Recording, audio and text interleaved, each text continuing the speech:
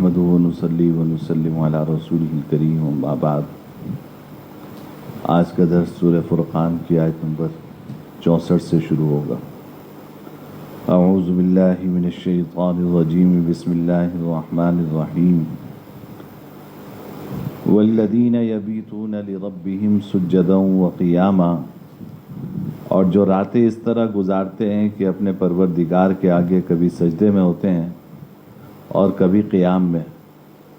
والذین یقولون ربنا اصرف عنا عذاب جہنم ان عذابها کان غراما انہا ساءت مستقرا ومقاما، اور جو یہ کہتے ہیں کہ ہمارے پروردگار جہنم کے عذاب کو ہم سے دور رکھیے، حقیقت یہ ہے کہ اس کا عذاب وہ تباہی ہے جو چمٹ کر رہ جاتی ہے۔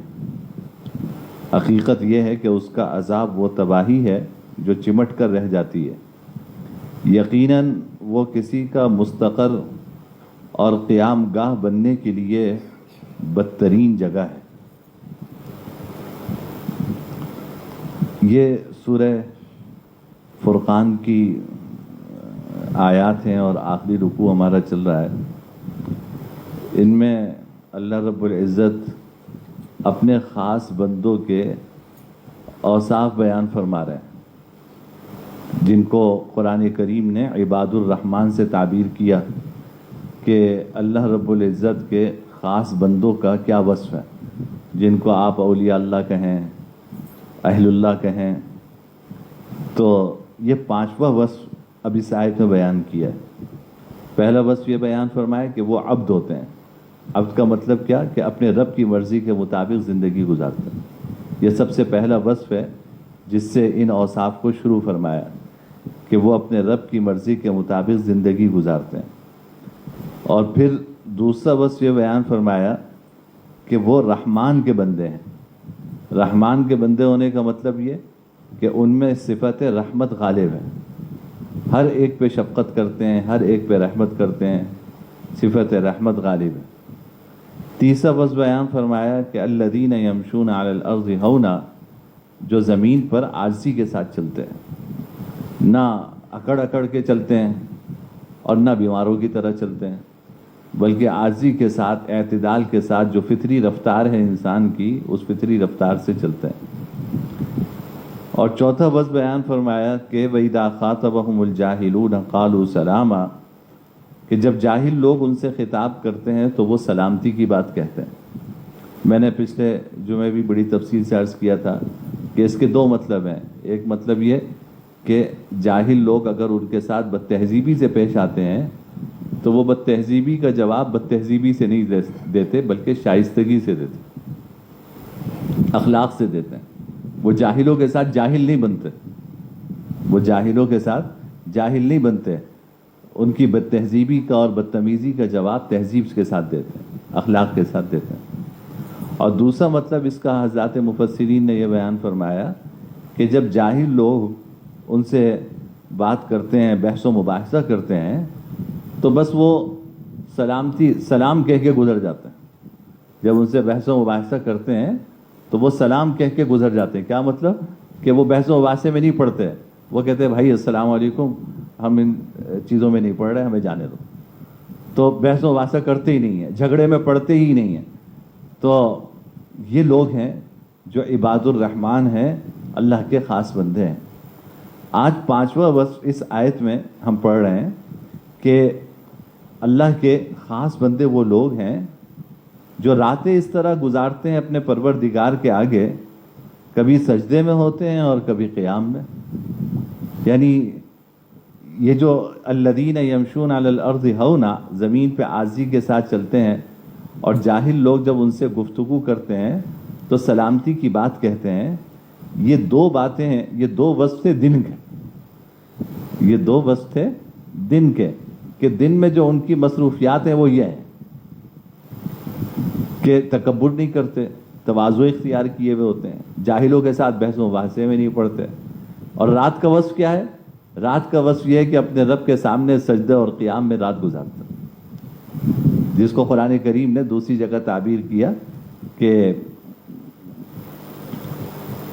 سورہ سبا میں اللہ تعالیٰ نے ان کا خاص وصف بیان فرمایا ہے، جو بلکہ سورہ الف لام میم سجدہ میں تتجافى جنوبهم عن المضاجع، سورہ سجدہ میں تتجافى جنوبهم عن المضاجع يدعون ربهم خوفا وطمعا، رات کے وقت اپنے بستروں سے جدا ہوتے ہیں، وہ اپنے پروردگار کو ڈر اور امید کے ملے جذبات کے ساتھ پکار رہے ہوتے ہیں۔ دن کا وصف یہ ہے کہ تواضع اختیار کرتے ہیں اور بحث و مباحثے میں نہیں پڑتے۔ رات کا وصف یہ ہے کہ اپنے رب کے سامنے سجدے اور قیام میں رات گزارتے ہیں۔ اب عربی میں بات یبیتو کے معنی ہوتے ہیں رات گزارنا، تو اصولی طور پر شریعت میں رات مغرب غروب آفتاب سے شروع ہوتی، غروب آفتاب سے رات شروع ہوتی اور صبح تک رہتی ہے، طلوع شمس تک یہ رات ہے۔ اب مغرب کی نماز سے، مغرب کی نماز اور اس کے بعد کی جو نمازیں ہم پڑھتے ہیں وہ سب اس میں داخل ہیں۔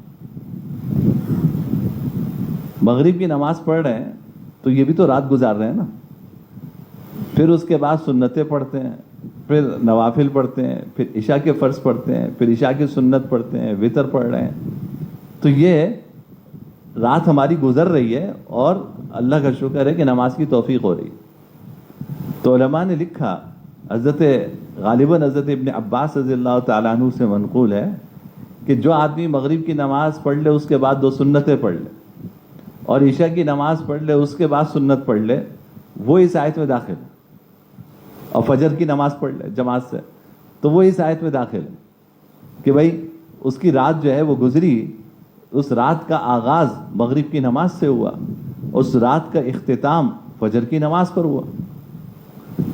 اسی لیے ایک روایت سے معلوم ہوتا ہے کہ جس شخص نے عشاء کی نماز جماعت کے ساتھ پڑھی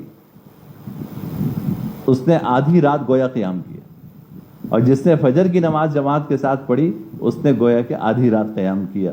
لہذا عشاء کی نماز جماعت سے پڑھنے والا اور فجر کی نماز جماعت سے پڑھنے والا وہ بھی اس میں داخل ہے۔ تو الحمدللہ ہم سب کسی نہ کسی درجے میں اس میں داخل ہیں، تو اس عمومی معنی میں تو ہم سب اس میں شامل ہیں الحمدللہ، کہ ہمیں فرض نماز جماعت سے پڑھنے کی توفیق ہوتی ہے، اور نماز کے بعد سنتیں بھی پڑھتے ہیں، کسی حد تک کوشش کرتے ہیں کہ بھائی نوافل بھی پڑھ لیں۔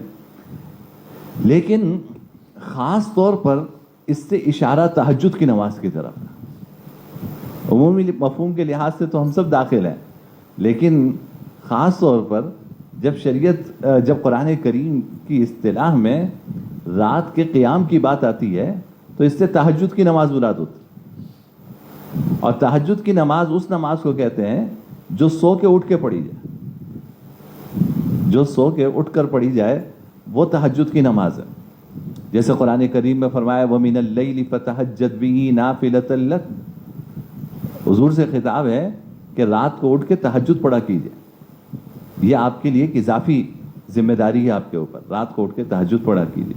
یا ایھا المزمل قم اللیل الا قلیلا، اے چادر اوڑے ہوئے شخص اٹھیے، پوری رات قیام کیجئے سوائے تھوڑے سے حصے کے، نصفہ او انقص منہ قلیلا، اچھا چلو آدھی رات کر لو قیام یا کچھ اور بڑھا لو، ورتل القرآن ترتیلا، اور تہجد میں قرآن کریم ٹھہر ٹھہر کے پڑھیے، ورتل القرآن ترتیلا انا سنلقی علیک قولا ثقیلا۔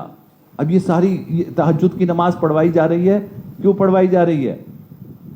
تیاری ہو رہی ہے، انا سنلقی علیک قولا ثقیلا، ہم آپ کے اوپر بڑا بھاری کلام اتارنے والے ہیں، یہ قرآن پاک ہم آپ کے اوپر بڑا بھاری کلام اتارنے والے ہیں۔ ان ناشئۃ اللیل ہی اشد وطئا واقوم قیلا، یہ رات کا اٹھنا یہ نفس کو کچلنے کا ذریعہ ہے، رات کو اٹھنا نفس کو کچلنے کا ذریعہ ہے، اور دن میں جب آپ گفتگو کریں گے تو یہ آپ سیدھی سیدھی گفتگو کرنے میں یہ رات کا اٹھنا معاون ہوگا،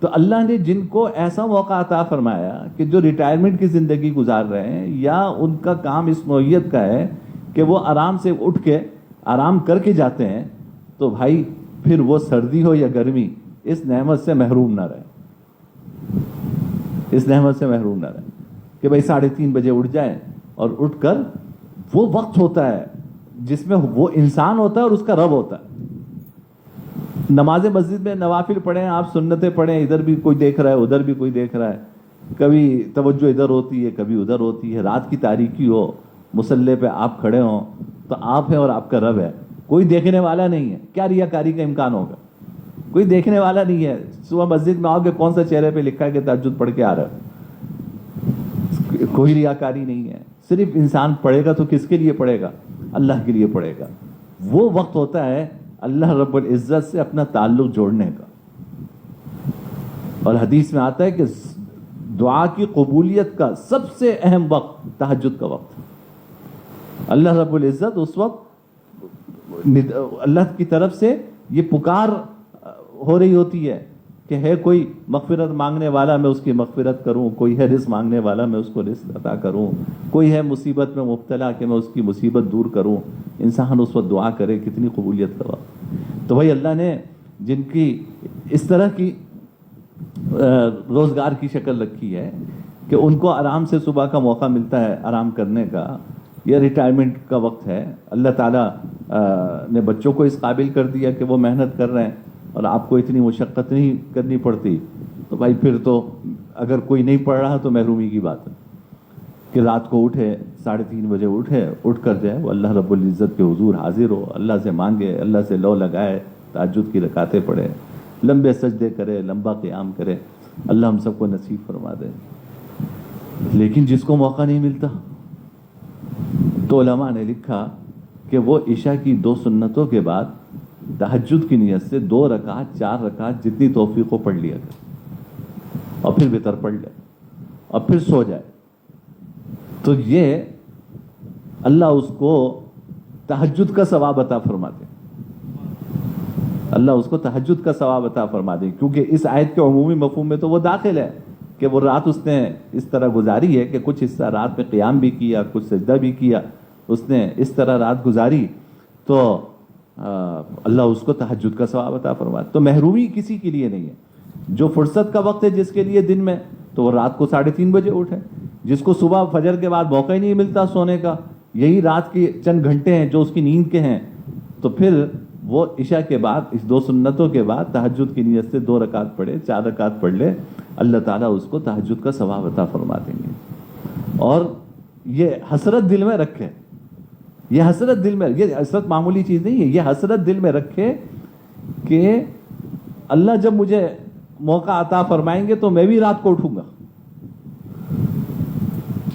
میں بھی مصروف ہوں، اپنی روزگار کے لیے نکلتا ہوں، میں نہیں رات کو اتنی جلدی اٹھ پاتا، لیکن اللہ میرے لیے بھی اسباب پیدا فرما دیں تو میں بھی اٹھوں گا۔ یہ سردیوں کا زمانہ آئے گا تو پھر راتیں لمبی ہوں گی، تو پھر انشاءاللہ میں بھی اٹھ کے تہجد کی نماز جو ہے وہ صبح اٹھ کے پڑھوں گا۔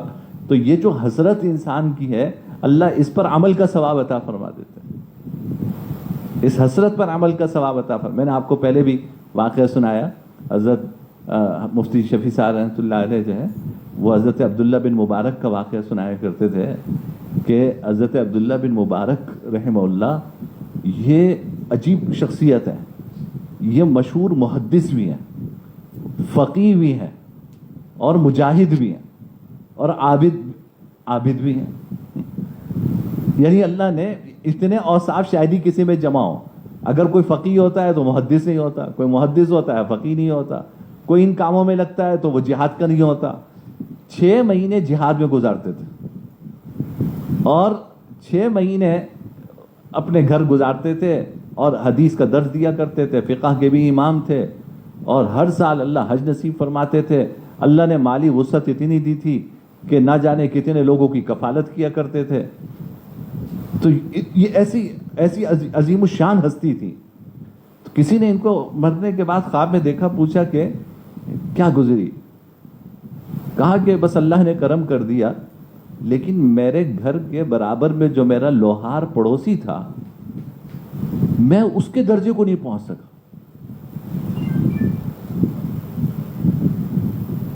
جو میرا پڑوسی تھا لوہار تھا, میں اس کے درجے کو نہیں پہنچ سکا, وہ مجھ سے آگے چلا گیا. اب وہ لوہار دن بھر لوہا پیٹتا ہے, یہ محدث, فقیہ, عابد, مجاہد, اللہ کے راستے میں 6 مہینہ جہاد کرتے, کہتے ہیں کہ میں اس کے درجے کو نہیں پہنچ سکا.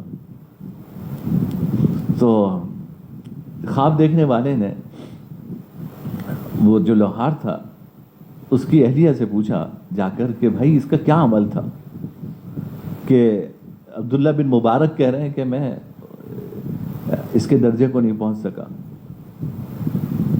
تو ان کی اہلیہ نے کہا کہ بھائی کوئی خاص عمل تو نہیں تھا, بس فرائض و واجبات کی ادائیگی کرتا تھا, گناہوں سے بچتا تھا. عبداللہ بن مبارک تو بہت بڑے آدمی تھے. کہا کہ البتہ 2 باتیں ایسی ہیں, شاید اللہ نے جو مرتبہ اس کو دیا وہ اس کی وجہ سے دیا. کہا کہ ایک یہ کہ جب اذان کی آواز سنتا تو اگر وہ ہتھوڑا پیچھے بھی ہے تو آگے لانا گوارا نہیں کرتا, وہی چھوڑ دیتا, اور اذان کی آواز سن کے مسجد کی طرف, بس کہ بس اللہ کی طرف سے پکارا. یعنی اذان کی آواز سن لی, اب کوئی دنیا کا کام گوارا نہیں ہے. اب تک ٹھیک ہے دنیا کا کام کر رہے تھے, اللہ نے اجازت دی تھی, اللہ کے منادی نے آواز دے دی, تو بس اب اللہ کی طرف جانا ہے. کہا کہ ایک تو یہ عمل تھا اس کا. کہا دوسرا عمل یہ تھا, وہ عمل تو نہیں تھا, کہا کہ دوسری بات یہ تھی کہ وہ رات کو دیکھتا تھا کہ عبداللہ بن مبارک اپنے گھر کی چھت پر تہجد پڑھ رہے ہیں, تو اس کو بڑا رشک آتا تھا. وہ یہ حسرت کیا کرتا تھا کہ کاش کہ ہمیں بھی کوئی ایسی روزگار کی شکل میسر ہوتی تو ہم بھی تہجد پڑھتے اٹھ کر, جس طرح یہ لکڑی کی طرح کھڑے ہوئے, لکڑی کی طرح, حرکت کوئی نہیں, لکڑی کی طرح کھڑے ہوئے یہ رات کو تہجد پڑھتے ہیں, قیام کرتے ہیں. کاش کہ ہمارا بھی کوئی ایسا روزگار کی شکل ہماری ہوتی تو ہم بھی رات کو اٹھ کر ان کی طرح تہجد پڑھتے. لیکن ہمارا محنت مزدوری کا کام ہے, صبح لوہا پیٹنا ہے, تو اگر میں رات کو نہیں سوؤں تو صبح کیسے کام کروں گا, وہی میرا روزگار ہے. بس یہ حسرت کیا کرتا تھا. حضرت مفتی صاحب اللہ علیہ فرمایا کرتے تھے کہ یہ وہ حسرت ہے جس نے اس کو عبداللہ بن مبارک سے بھی آگے پہنچا دیا. یہ وہ حسرت ہے کہ انسان جو ہے وہ عمل نہیں کر پا رہا, لیکن اس کو یہ احساس تو ہے نا کہ میں محروم ہوں, اگر یہ ہوتا تو میں بھی یہ کر لیتا. تو یہ جو حسرت ہے یہ بہت بڑی چیز ہے. یہ بہت اللہ ہم میں پیدا فرماتے. دیکھو مال دیکھ کے تو ساری حسرت کرتے ہیں نا بھائی, کہ یار اس کے پاس کتنا مال ہے, میرے پاس بھی کاش ہوتا ہے. اس کے پاس اتنی گاڑیاں ہیں, میرے پاس بھی ہوتی ہیں. اس کا گھر ایسا ہے تو میرا بھی ایسا ہوتا ہے. یہ دنیا کی حسرت ہے. یہ حسرت تو یہیں کی یہیں دفن ہو جائے گی. یہ حسرت تو مطلوب نہیں ہے, مردود ہے, مردود ہے. ایک وہ حسرت ہے کہ یہ دیکھو اس کو کیا نیک عمل کی توفیق ہو رہی ہے, میں محروم ہوں, کاش کہ میں بھی یہ نیک کام کر لیتا, میرے لیے بھی ایسے اسباب میسر ہوتے کہ جو اللہ نے اس کو نیکی کی توفیق عطا فرمائی ہے میں بھی یہ نیکی کا کام کرتا. تو اللہ بہتر جانتے ہیں, اللہ چاہے تو اس حسرت پر آپ کو عمل سے زیادہ مقام عطا فرماتے, اس حسرت پر آپ کو عمل سے زیادہ مقام عطا فرماتے, اور فرما دیتے.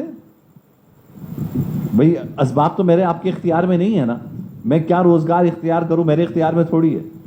ٹھیک ہے اللہ نے میرا ایک روزگار رکھا ہے, اب میں چاہوں کہ میں بھی بادشاہ بن جاؤں, اٹھ کے جاؤں میں 1 بجے اور 2 گھنٹے چکر لگا کے واپس آ جاؤں, میرے سارے روزگار کا انتظام ہو جائے. اللہ ایسا کسی کے ساتھ کر دیتے ہیں, کسی کے ساتھ ایسا نہیں ہوتا. تو ہمارے اللہ نے ہمیں جس حال میں رکھا ہے اس کی مرضی, وہ تو میرے اختیار میں نہیں ہے. لیکن کسی نیک کام کی خواہش کرنا اور اس کی تمنا کرنا اور اس کے لیے دل میں حسرت کا ہونا, یہ تو میرے اور آپ کے اختیار میں ہے نا, کہ ہم اللہ سے یہ کہیں کہ یا اللہ مجھے بھی آپ ایسے موقع عطا فرما دیتے, یا اللہ میں بھی یہ کام کرتا. اللہ اس عزم پر ہی ثواب عطا فرما دیتے. تو جو تہجد نہیں پڑھ پا رہا, کم سے کم اس کے دل میں ایک خلش تو ہونی چاہیے نا کہ بھائی میں تو چلو رخصت پہ عمل کر رہا ہوں، عشاء کے بعد کی 2 سنتوں کے بعد 2 رکعت 4 رکعت نفل تہجد کی نیت سے پڑھ کے سو جاتا ہوں، لیکن اگر اللہ مجھے موقع دیتے تو میں بھی رات کو 3 ساڑھے 3 بجے اٹھتا اور اٹھ کر اللہ کے حضور کھڑا ہوتا، تہجد کی نماز پڑھتا، اللہ سے مانگتا، تنہائی میں اللہ سے باتیں کرتا، تو انسان یہ حسرت تو کر سکتا ہے نا. تو جب انسان کو یہ حسرت ہوتی ہے اللہ پھر بغیر عمل کے عطا فرما دیتے ہیں یا اللہ اس کے لیے عمل کے اسباب پیدا فرما دیتے ہیں. تو یہ بس بیان فرمایا کہ دن کا کام یہ ہے ان کا کہ اتراتے نہیں، تواضع کے ساتھ رہتے ہیں اور جاہلوں سے بحث و مباحثے میں نہیں پڑتے، اور رات کا کام کیا ہے کہ راتیں اس طرح گزارتے ہیں کہ اپنے پروردگار کے آگے سجدے میں ہوتے ہیں اور کبھی قیام. سجدہ دیکھو، سجدے کا ذکر پہلے کیا، قیام کا ذکر بعد میں کیا. اشارہ اس بات کی طرف ہے کہ نماز کا خلاصہ ہی سجدہ ہے. بھائی یہ سب کچھ نماز میں قیام میں قرات کر رہے ہیں، رکوع میں تسبیح کر رہے ہیں، تو کری اس لیے رہے نا کہ اپنے آپ کو اس زمین پہ ماتھا ٹیکنے کے قابل بنانا چاہ رہے ہیں. جب ماتھا ٹیکنے کا وقت آتا ہے ہم جلدی سے اٹھ کے کھڑے ہو جاتے ہیں. حدیث میں آتا ہے کہ اقرب ما یکون العبد ساجدا او کما قال صلی اللہ علیہ وسلم، کہ سب سے زیادہ اللہ کا قرب انسان کو سجدے کی حالت میں حاصل ہوتا ہے. اسی لیے حدیث نے فرمایا کہ نفل اگر پڑھو، مفہوم یہ ہے کہ نفل پڑھو تو اس میں رکوع میں تسبیح کی کثرت کیا کرو اور سجدے میں دعا کی کثرت کیا کرو. رکوع میں تسبیح کی کثرت کیا کرو، یہ نوافل کے بارے میں، اور سجدے میں دعا کی کثرت کیا کرو. یعنی قرآن کریم میں جو دعائیں منقول ہیں یا جناب نبی کریم صلی اللہ علیہ وسلم سے جو دعائیں منقول ہیں وہ دعائیں مانگو سجدے میں، وہ دعائیں مانگو سجدے میں. عربوں کو آپ دیکھیں نماز کے بعد دعا نہیں کرتے. نماز کے بعد وہ اٹھے اور سنتیں پڑھنی ہے پڑھی ورنہ آگے سجدے میں مانگتے ہیں. ایسی ایسی دعائیں مانگتے ہیں آدھی برابر پہ سجدہ کرے تو مزہ آ جائے کہ کیا مانگ رہا ہے. اور ہم جو ہے وہ سبحان ربی الاعلیٰ کے علاوہ کچھ آتے ہی نہیں. سبحان ربی الاعلیٰ کے علاوہ کچھ آتے ہی نہیں، سیکھا ہی نہیں کچھ. تو بھائی قرآن کی دعائیں تو سیکھ لو نا، کچھ وہ یاد کر لو. جب نفل نماز پڑھیں، سنت نماز پڑھیں تو سجدے میں سبحان ربی الاعلیٰ 3 مرتبہ کہیں، اس کے بعد پھر مانگے اللہ سے رب اغفر ورحم وانت خیر الراحمین، ربنا لا تزغ قلوبنا بعد اذ ہدیتنا وہب لنا من لدنک رحمہ انک انت الوہاب. کتنی دعائیں ہیں جو قرآن اور حدیث کی دعائیں آئی ہیں وہ مانگے. تو یہ سجدہ دعاؤں کے لیے، سجدہ دعاؤں کے لیے. تو نوافل میں اس کا اہتمام کرنا چاہیے کہ رکوع میں تسبیح کی کثرت ہو اور سجدے میں دعا کی کثرت ہو. یہ طحاوی شریف میں یہ دعا حدیث آئی ہے کہ رکوع میں اس کی تسبیح کی کثرت کیا کرو اور سجدے میں دعا کی کثرت کیا کرو. اس وجہ سے سجدے کا ذکر پہلے فرمایا کہ وہ رات گزارتے اپنے پروردگار کے آگے، کبھی سجدے میں ہوتے ہیں اور کبھی قیام میں. اچھا اب یہ کر لی، پوری رات عبادت میں گزار دی، تو ہم تو اگر کبھی نصیب ہو جائے تو یہ انتظار ہوگا کہ ابھی جبرائیل امین کب آتے ہیں وہی لے کر. ان کا حال قرآن کیا بتا رہا ہے؟ والذین یقولون ربنا اصرف عنا عذاب جہنم ان عذابها کان غراما. یہ کہتے ہیں کہ ہمارے پروردگار جہنم کے عذاب کو ہم سے دور رکھی. جنت بھی نہیں مانگ رہے، اپنی عبادت کو اس لائق بھی نہیں سمجھتے کہ ہماری عبادت سے ہمیں جنت مل جائے. آپ تو وہی، ہم تو وہی کے انتظار میں ہوتے نا. وہ اپنی عبادت کو اس لائق بھی نہیں سمجھتے کہ اللہ سے یہ کہیں کہ یا اللہ اس سجدے کے بدلے جنت دے دے. نہ جانے سجدہ ہے پتہ نہیں باری تعالیٰ کی شان میں کہ گستاخی نہ ہو جائے. جنت بھی نہیں مانگتے، کہتے ہیں یا اللہ جہنم سے پناہ عطا فرما دے،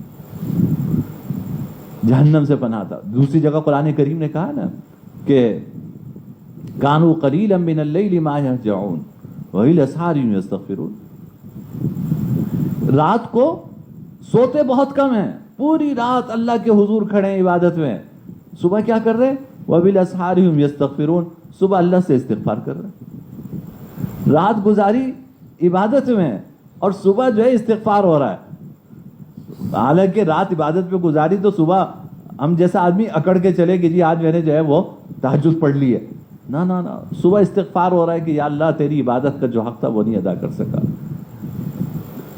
پتہ نہیں میرا سجدہ تیری شان میں کہیں گستاخی نہ ہو، تو صبح اٹھ کے استغفار کر رہے ہیں۔ والذین یؤتون ما آتوا وقلوبہم وجلہ انہم الی ربہم راجعون، اللہ نے جو مال دیا خرچ کرتے ہیں اور دل سہما ہوا ہوتا ہے، جو مال دیا خرچ کر رہے ہیں اور دل سہما ہوا ہے کہ اپنے رب کے پاس لوٹ کر جانا ہے، پتہ نہیں میرا یہ صدقہ کرنا بھی قبول ہوگا یا نہیں ہوگا۔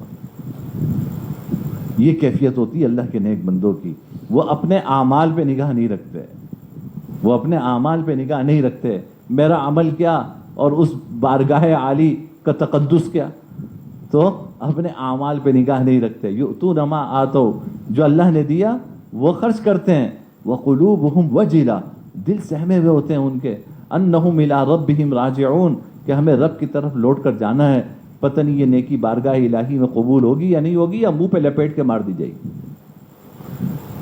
تو یہ نیک لوگوں کا وصف ہے کہ والذین یقولون ربنا اصرف عنا عذاب جہنم، اور جو یہ کہتے ہیں کہ ہمارے پروردگار جہنم کے عذاب کو ہم سے دور رکھیے، ان عذابہا کان غراما، حقیقت یہ ہے کہ اس کا عذاب وہ تباہی ہے جو چمٹ کر رہ جاتی ہے، اس کا عذاب وہ تباہی ہے جو چمٹ کر رہ جاتی ہے۔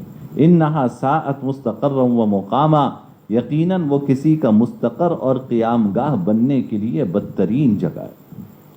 مستقر مستقل قیام گاہ کو کہتے ہیں، اور مقام عارضی قیام گاہ کو کہتے ہیں۔ تو اشارہ اس بات کی طرف ہے کہ بھائی مومن اپنی بدعمالیوں کی وجہ سے، اگر اللہ نے ایمان کی دولت دی تو جنت میں کسی نہ کسی وقت تو جائیں گے، لیکن اگر بدعمالیاں ہیں اس کی سزا ہو سکتا ہے وہ سزا بھگتنے کے لیے جہنم میں جانا پڑے۔ تو جہنم ہمارا مستقر نہیں ہے، پکا ٹھکانہ نہیں ہے، مقامہ۔ اگر گناہ کیا تو جہنم عارضی ٹھکانہ ہمارا ہوگا، اور کافر جو ایمان کی دولت سے محروم ہے اس کا جہنم پکا ٹھکانہ ہے۔ تو بھائی پکا ٹھکانہ بھی ہو تو بھی بہت بری جگہ ہے، عارضی ٹھکانہ بھی ہو تو بھی بہت بری جگہ ہے۔ جہنم کا ایک انگارہ آپ برداشت نہیں کر سکتے، تصور بھی نہیں کر سکتے کہ وہ عذاب ہے کیا۔ تو اس لیے عارضی طور پہ بھی جانا پڑے اپنی بدعمالیوں کی وجہ سے تو وہ بھی جانے کی جگہ نہیں ہے۔ اس لیے اللہ سے پناہ مانگنی چاہیے، یا اللہ تو ہمارے گناہوں کو معاف فرما کے بس بلا استحقاق محض اپنے فضل و کرم سے ہمیں جہنم سے بچا کے جنت عطا فرما دے۔